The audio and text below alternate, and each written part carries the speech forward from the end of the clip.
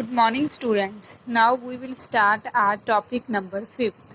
ठीक है, ਅੱਜ ਆਪਾਂ ਕਰਨਾ कि डेप्रीशिएशन ऑफ होम करंसी मतलब ਜਦੋਂ ਆਪਣੀ ਜਿਹੜੀ ਘਰੇਲੂ ਕਰੰਸੀ ਆ मतलब ਜਿਹੜੀ ਕੰਟਰੀ ਦੇ ਵਿੱਚ ਆਪਾਂ ਰਹਿ ਰਹੇ ਹਾਂ ਠੀਕ ਹੈ ਉਹਦੀ ਕਰੰਸੀ ਦੇ ਵਿੱਚ ਡੈਪਰੀਸ਼ੀਏਸ਼ਨ ਆਉਂਦੀ ਆ ਠੀਕ ਹੈ ਉਹਦੇ ਕੀ ਕਾਜ਼ਸ ਹੋ ਸਕਦੇ ਆ ਕੀ ਕਾਰਨ ਹੋ ਸਕਦੇ ਆ।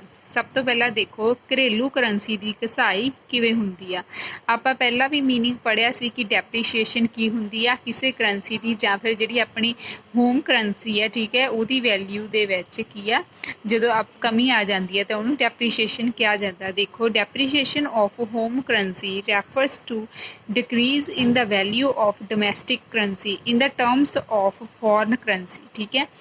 ਹੁਣ ਕੀ ਕਹਿੰਦੇ ਆ ਕਿਹਦੀ ਟਰਮਸ ਦੇ ਵਿੱਚ ਕਿਹਦੇ ਮੁਕਾਬਲੇ ਕੀ ਆ ਵੈਲਿਊ ਦੇ ਵਿੱਚ ਡਿਕਰੀਜ਼ ਆਉਂਦਾ ਕਮੀ ਆਉਂਦੀ ਆ ਫੋਰਨ ਕਰੰਸੀ ਦੇ ਮੁਕਾਬਲੇ ਜਦੋਂ ਡੋਮੈਸਟਿਕ ਕਰੰਸੀ ਦੀ ਜਿਹੜੀ ਵੈਲਿਊ ਆ ਉਹ ਡਿਕਰੀਜ਼ ਹੋ ਜਾਂਦੀ ਆ ਮਤਲਬ ਘੱਟ ਹੋ ਜਾਂਦੀ ਆ ਤਾਂ ਉਹਨੂੰ ਕੀ ਕਿਹਾ ਜਾਂਦਾ ਡੈਪਰੀਸ਼ੀਏਸ਼ਨ ਕਿਹਾ ਜਾਂਦਾ।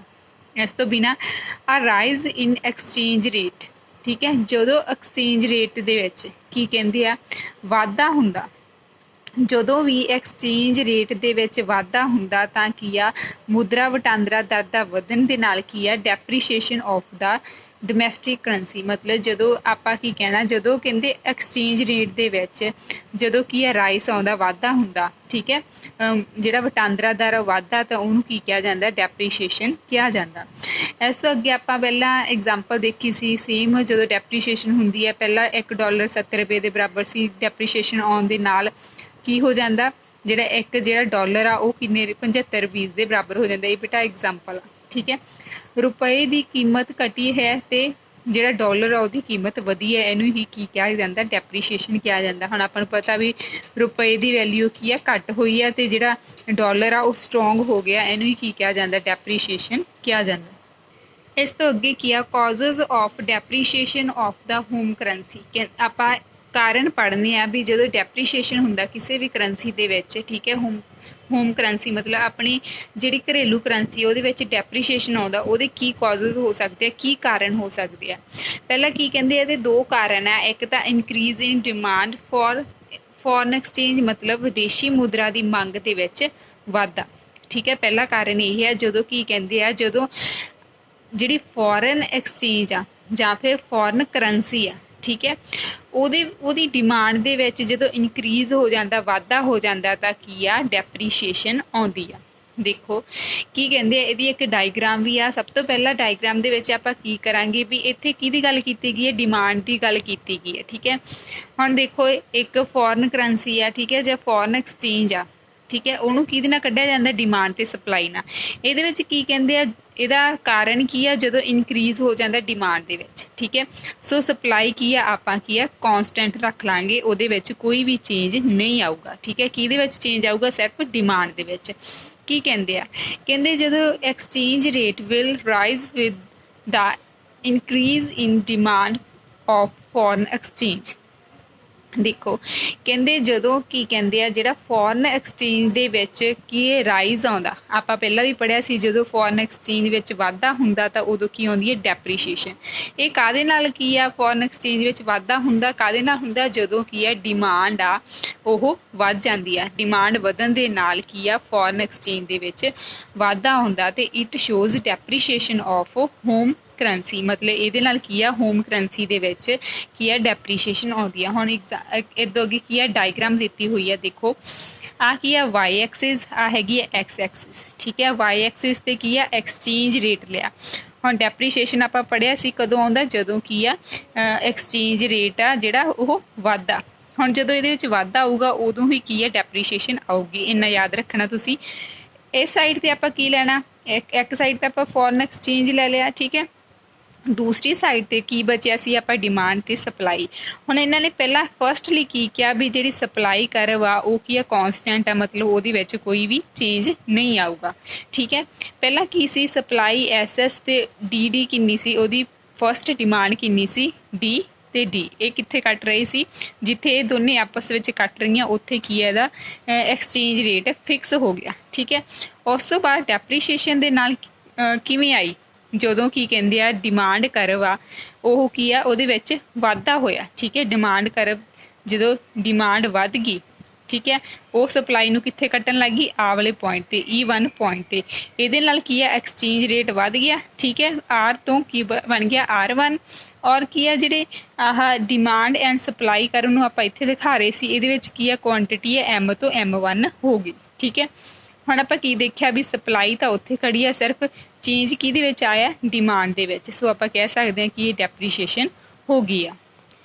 इस तो अगे दूसरा किहड़ा कारण आ डेप्रीशिएशन दा, decrease in supply of foreign exchange. जदों की कहंदे आ सप्लाई दे विच पूर्ति विच कमी आउंदी है फॉरेन एक्सचेंज दी, तां की आ उहदे विच डिक्रीज आउण दे नाल की हो जांदा भी डेप्रीशिएशन हो जांदी है। देखो कहंदे विदेशी मुद्रा की पूर्ति दे विच कमी आउण दे नाल की आ डेप्रीशिएशन हो जाती है। आपां पहलां किहदी गल कीती सी, डिमांड की, हुण गल कर रहे हां आपां सप्लाई की। सो इहदे विच आपां नूं क्लीयर हो जांदा भी आपां इहदे विच जिहड़ी सप्लाई नूं चेंज करांगे, ठीक है, सप्लाई डिक्रीज होगी तो जिहड़ी डिमांड आ कॉन्सटेंट होगी। देखो कि पहला पॉइंट की बनूगा, keeping the demand of foreign exchange constant, मतलब कॉन्सटेंट हुंदा मतलब उहनूं की स्थिर रखना, उहदे विच कोई भी चेंज नहीं आऊगा, ठीक है। हुण आपां की है डिमांड नूं की है रख लेना, स्थिर रख लेना, कॉन्सटेंट रख लेना।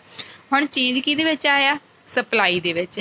सप्लाई दे विच की कह रहे हैं भी वो डिक्रीज हो रही है, ठीक है। पहला डिमांड इन्नी सी ते सप्लाई इन्नी सी, ठीक है। इहदे नाल की हो गया, जिहड़ा इक्विलिब्रियम सी ई दे उपर सी। हुण की है चेंज किहदे विच आया, सप्लाई की आ अगे दे नालों डिक्रीज हो गई, घट गई, ठीक है। जदों सप्लाई डिक्रीज हुंदी है तो हमेशा पिछे नूं शिफ्ट करदी है, ठीक है। देखो हुण इहदे नाल की होऊगा,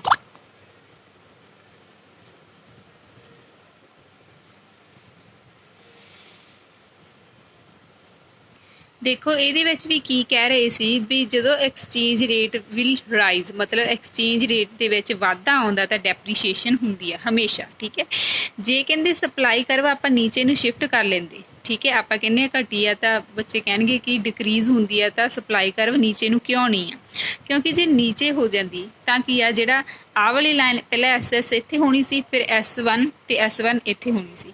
ਸੋ ਕੀ ਆ ਕਿ ਜਿਹੜੀ ਐਕਸਚੇਂਜ ਰੇਟ ਆ ਫਿਰ ਉਹ ਘਟਣਾ ਸੀ, ਪਰ ਜਿਹੜੇ ਡੈਪਰੀਸ਼ੀਏਸ਼ਨ ਆ ਕਿਉਂ ਆਉਂਦੀ ਆ, ਐਕਸਚੇਂਜ ਰੇਟ ਵਧਣ ਦੇ ਨਾਲ। ਸੋ ਇਹ ਕੀ ਆ, ਅਪਵਰਡ ਸ਼ਿਫਟ ਹੋਊਗੀ ਜਦੋਂ ਇਹ ਡਿਕਰੀਜ਼ ਹੋਊਗੀ, ਠੀਕ ਹੈ, ਯਾਦ ਰੱਖਣਾ ਤੁਸੀਂ।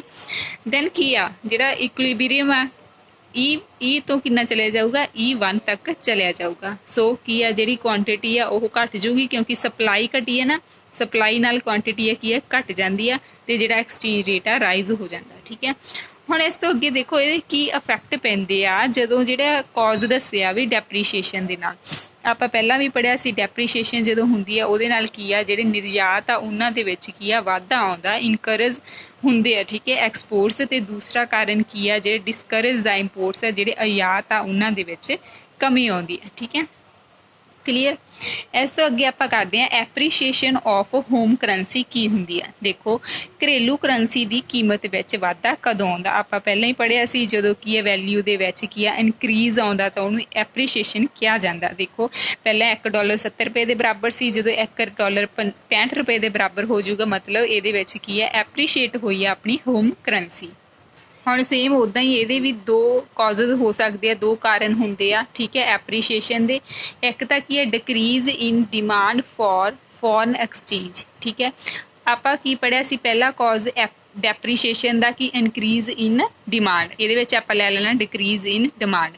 ਸੇਮ ਡਾਇਗਰਾਮ ਉੱਦਾਂ ਹੀ ਆ, ਕਿਹਦੇ ਵਿੱਚ ਚੇਂਜ ਆਊਗਾ, ਹੁਣ ਕੀ ਆ ਡਿਮਾਂਡ ਵਿੱਚ ਚੇਂਜ ਆ ਰਿਹਾ। ਸੋ ਸਪਲਾਈ ਕੌਨਸਟੈਂਟ, ਡਿਮਾਂਡ ਕਿਹੜੀ ਆ ਘਟ ਕੇ ਨੀਚੇ ਨੂੰ ਸ਼ਿਫਟ ਹੋ ਜੂਗੀ। ਇਸ ਤੋਂ ਅੱਗੇ ਜਿਹੜਾ ਐਪਰੀਸ਼ੀਏਸ਼ਨ ਉਦੋਂ ਹੁੰਦੀ ਹੈ ਜਦੋਂ ਐਕਸਚੇਂਜ ਰੇਟ ਹਮੇਸ਼ਾ ਕੀ ਆ ਘਟ ਜਾ, ਠੀਕ ਹੈ, ਇੱਥੇ ਘੱਟ ਹੋ ਰਿਹਾ ਤਾਂ ਕਰਕੇ ਕੀ ਹੈ ਐਪਰੀਸ਼ੀਏਸ਼ਨ ਆ। ਪਹਿਲਾਂ ਕੀ ਆ ਇਹਦੇ ਵਿੱਚ ਸਪਲਾਈ ਆਪਾਂ ਕਹਿ ਦੇਣਾ ਵੀ ਕੌਨਸਟੈਂਟ ਰੱਖ ਰਹੀ ਆ, ਡੀ ਆ ਜਿਹੜੀ ਡਿਮਾਂਡ ਆਪਣੀ ਡੀ ਤੋਂ ਨੀਚੇ ਆ ਜਾਂਦੀ ਹੈ, ਡਿਕਰੀਜ਼ ਹੋ ਜਾਂਦੀ ਹੈ, D11 ਹੋ ਜਾਂਦੀ ਹੈ, ਠੀਕ ਹੈ। ਤੇ ਜਿਹੜਾ ਐਕਸਚੇਂਜ ਰੇਟ ਆ ਉਹ ਆਪਾਂ ਪੜ੍ਹਿਆ ਸੀ ਵੀ ਘਟੂਗਾ, ਪਹਿਲਾਂ OR ਸੀ ਤੇ OR1 ਹੋ ਜਾਊਗਾ, ਠੀਕ ਹੈ।